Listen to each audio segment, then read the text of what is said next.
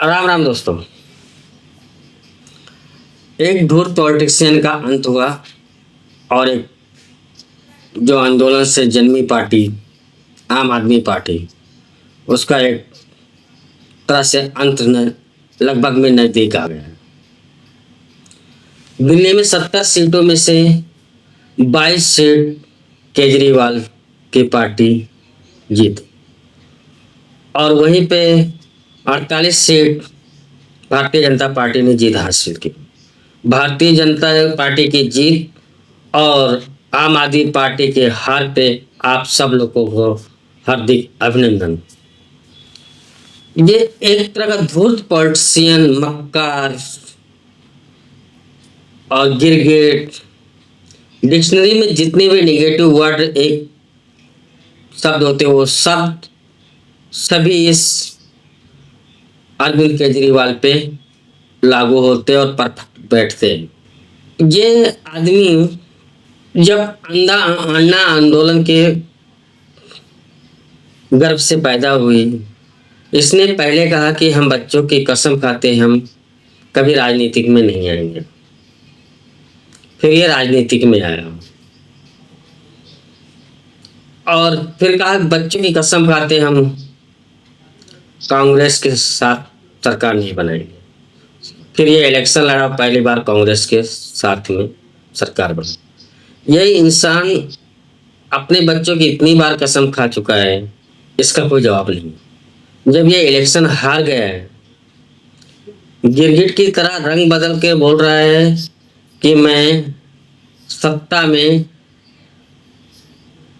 राजनीतिक में सत्ता पाने के लिए नहीं आया था, मैं समाज सेवा करने के लिए आया था। 10-11 साल की इसके सत्ता में रहने पे कौन सा समाज सेवा किया है, ये तो दिल्ली की जनता ही अधिकतर जानती है, जो कि ये चुनाव में जवाब भी दे दिया है। कट्टर ईमानदार अपने आप को कहता था, आज कट्टर बेईमान हो गया। इतना बड़ा फ्रॉडिया नेता है कि छोटी सी दिल्ली के राज्य में ये अपने आप को वहां का राजा घोषित करता। ये विधानसभा के पटल पे ही बोला था कि मैं दिल्ली का राजा हूं। आज बोल रहा है कि मैं दिल्ली की जनता का सेवा करने आया हूं। ये नेता के ऐसी बुरी हालत होएगी कि ये जिंदगी में अपने आप को शायद ही संभाल पाए। आने वाले 5 साल में आप लोग खुद देख लेंगे ये घटिया पॉलिटिशियन की क्या हालत होती है। कम से कम इसने जब चुनाव फॉर्म भरा था, उसमें आप बोला था कि मेरे ऊपर 15 केस चल रहे हैं।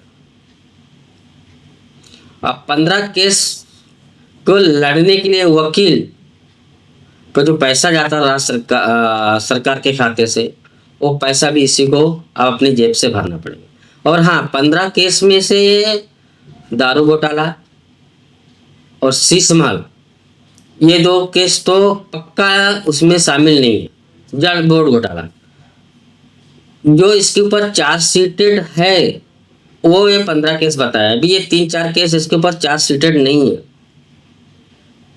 लगभग में इसके ऊपर 20 केस चलेंगे। मतलब 10 साल में कमाया था, या तो ये वकीलों को भरेगा या तो चुपचाप जा करके जेल में सोएगा। पैसा तो इसका सब बिटकॉइन और स्विस बैंक में होगा, क्योंकि भारत में तो नहीं होएगा इसका पैसा। ये एक अंतरराष्ट्रीय जो साजिश करता है भारत के खिलाफ, उनका एक हिस्सा था है। खास करके खालिस्तानियों का तो एक नंबर का चहेता है, और खास जब से आया तब से ही खालिस्तानी पंजाब में कुकुर मुत्ते की तरह उगे। तो दोस्तों, ये जो अरविंद केजरीवाल है, ये कभी भी अब ऊपर आने की आशा इसकी बिल्कुल नहीं है।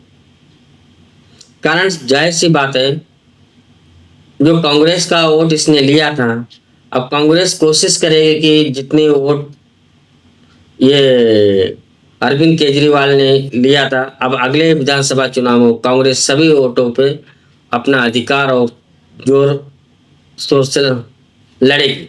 अगर ये दोनों पार्टी 2023 के इलेक्शन, विधानसभा इलेक्शन दिल्ली के साथ में नहीं लड़ी, तो आम आदमी पार्टी की जो आज 22 सीट आए हैं वो शायद 12 सीट रह जाए। ये चीज याद रखना आप लोग। जैसे कि मैंने बताया था एग्जिट पोल से पहले कि लगभग में बीजेपी को 45 सीट और आम आदमी पार्टी को 20 सीट और कांग्रेस को 5। कांग्रेस को तो एक भी सीट नहीं आए, बीजेपी को 48 आई और आम आदमी पार्टी को 22 सीटें आई। दोस्तों, बुरे कर्मों का बुरा नतीजा होता है और हमारे सनातन धर्म में ये बात पक्की तरह से प्रूफ है, जैसा करोगे वैसा भरोगे। इसने बहुत लोगों का निहात किया है, किसी का भला तो नहीं किया। हाँ, यह है कि भला किया भी होएगा तो जो अपने वर्कर थे उनका भला किया है और विशेष समुदाय का भला किया है। विशेष समुदाय मतलब वो भी एक ही विशेष समुदाय, दूसरा का नहीं, जिसको बोलते हैं शांति प्रिय समुदाय, मतलब मुस्लिम समुदाय का ये भला किया है।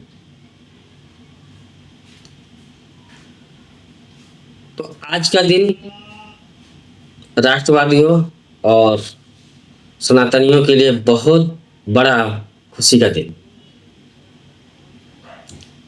दोस्तों, इसके हारने से जो इसकी धूर्तता की पॉलिटिक्स थी उसकी एक तरह से अंत हुआ है।